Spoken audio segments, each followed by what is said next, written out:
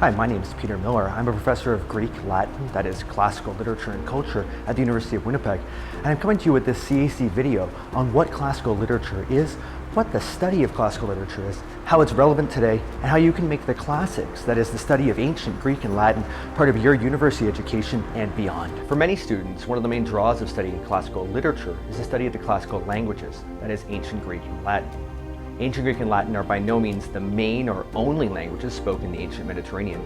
But for a variety of reasons, mostly the martial conquest of Alexander the Great and later the Roman Empire, Latin and ancient Greek became the lingua franca, or common languages, of the Western and Eastern Mediterranean respectively. Therefore, we have thousands of pages of texts in these languages, inscriptions on statue bases, papyrus fragments, medieval manuscripts, and more.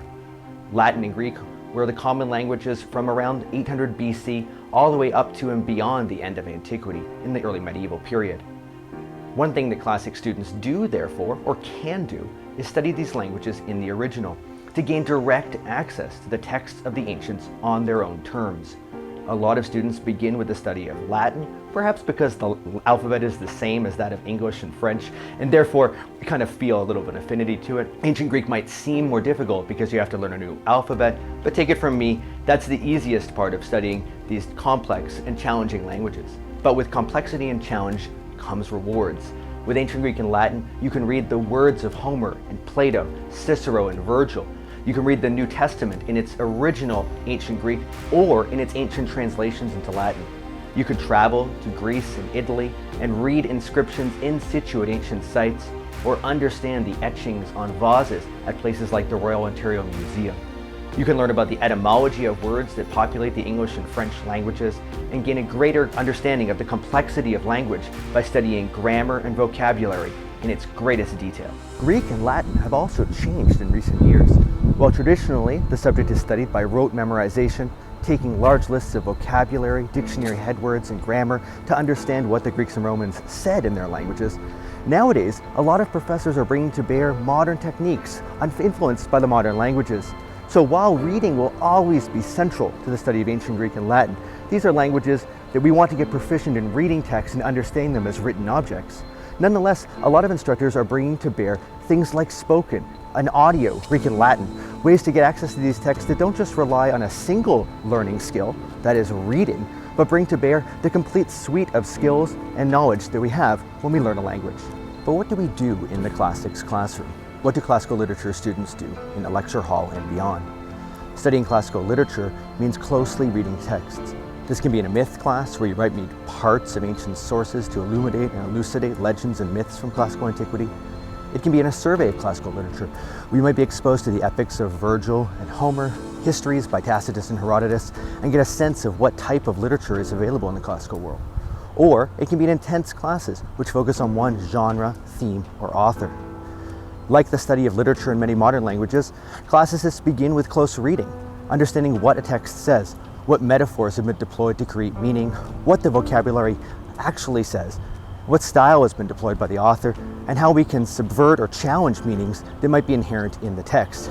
This can be an exciting process because we get to really know a text in detail and become experts on small pieces of classical literature. Beyond close reading, however, there's also cultural and historical context. We also need to know what a text meant to an author in 500 BC. What did it mean to an audience in 500 BC, 100 AD, or whenever it was written? How does the historical context of classical literature affect the meaning of the text? Historical context and its meaning nods in the last direction you might take up in a classical literature class, and that's reception. We might be interested to understand what the Romans made of Greek texts, what the later Greeks made of Roman texts, what later Europeans and others made of these texts from classical antiquity, and what they mean today. As you may know, classical literature has a vast influence on modern literature, film, and television. And so the study of classical literature has broadened in recent years to become also the study of modern literature that looks at the classics, as well as other media, like television, movies, and video games. But the study of Greek and Latin isn't it. Classical languages and their literature had this great influence on the history of Western literature and language since the medieval period.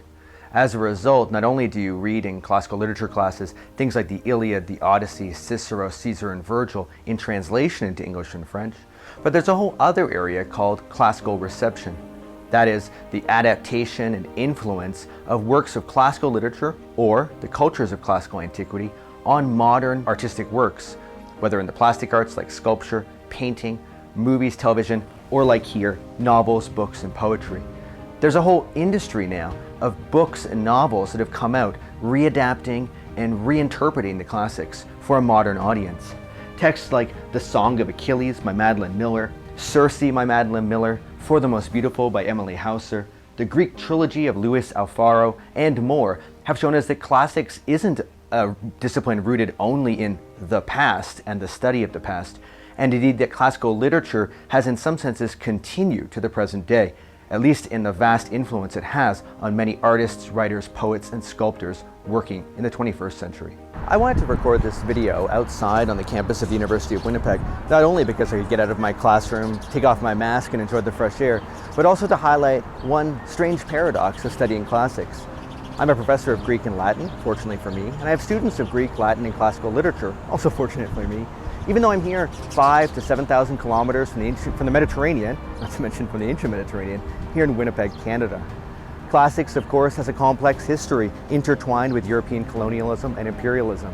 One of the reasons I think that we need students who study Greek, Latin, and classical literature and translation and its reception today is to understand why these texts have had such a hold on the world, in fact, for thousands of years, and to push back against simplistic narratives that see the classics as better, the Greeks and Romans as models, and models that excuse some of the inequities that still persist in our culture.